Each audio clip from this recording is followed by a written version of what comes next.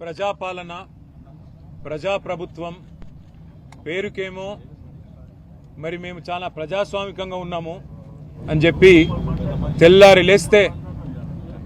పాడిందే పాటరా అన్నట్టు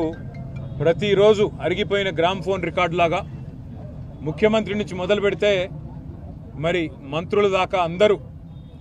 ఒకటే మాట ప్రజాపాలన ఇందిరమ్మ ప్రభుత్వం అని చెప్తారు. కానీ నిన్న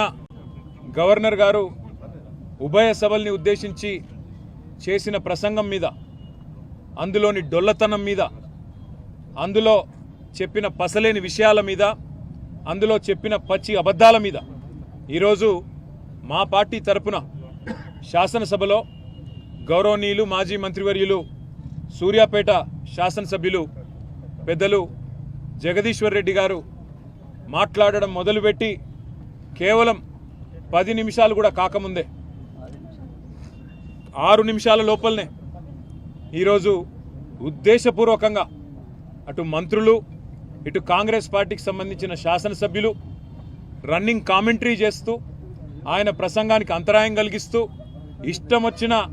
కామెంట్స్ చేస్తూ ఉంటే జగదీశ్వర్ రెడ్డి గారు ఏమాత్రం సంయమనం కోల్పోకుండా చాలా చక్కగా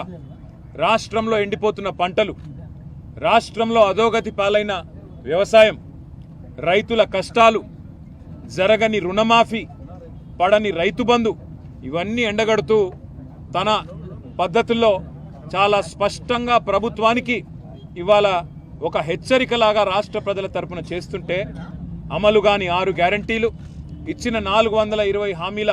వాగ్దాన భంగం, వీటన్నిటి మీద విమర్శలతో ఇవాళ దాడి చేస్తుంటే